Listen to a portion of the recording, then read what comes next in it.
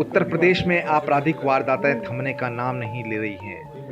रविवार की रात यूपी के इटावा और बलिया जनपद में डबल मर्डर की 2 वारदात सामने आई है। 4 लोगों की हत्या से यूपी पुलिस भी सख्ते में है।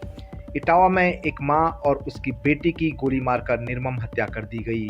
वहीं बलिया में एक बुजुर्ग दंपति की गला रेतकर हत्या की गई।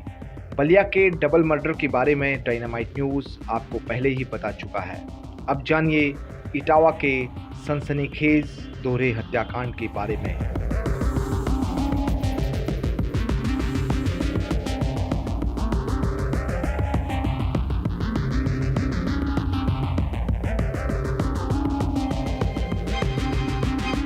इटावा में पिता द्वारा बेटी को मकान और 20 बीघा जमीन देने पर एक भाई ने अपनी बहन और भांजी को मौत के घाट उतार दिया। रविवार देर रात इटावा शहर के फ्रेंड्स कॉलोनी के क्षेत्र में मेहरा चुंगी इलाके में रहने वाले रिटायर्ड मुख्य चिकित्सा अधिकारी लवकुश चौहान के बेटे हर्षवर्धन चौहान ने अपनी बहन ज्योति और उसकी 3 साल की बेटी यानी भांजी की गोली मारकर हत्या कर दी।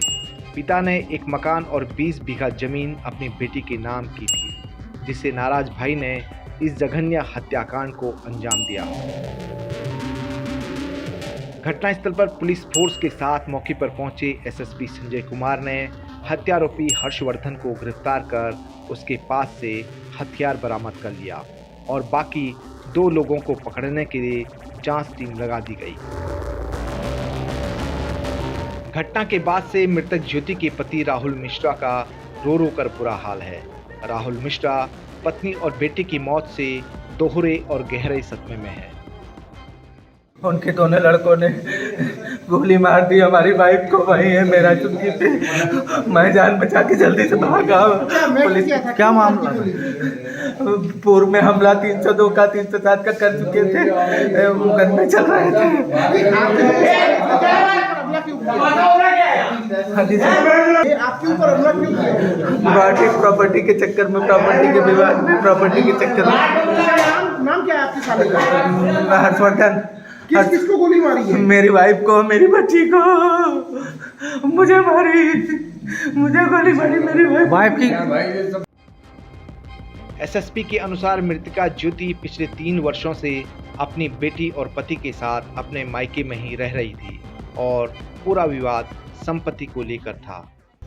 ये फ्रेंड्स कॉलोनी थाना पड़ता है जनपद इटावा और इसमें मेहरा चुंगी पड़ती है। इसमें ये सूचना मिली है कि एक भाई बहन, सगे भाई बहन इसी में रहते थे और पिता इनके एक्स सीएमओ रिटायर्ड हैं जैसा कि बताया गया है और उनके 3 संतान हैं, 2 बेटियां, 1 बेटा है।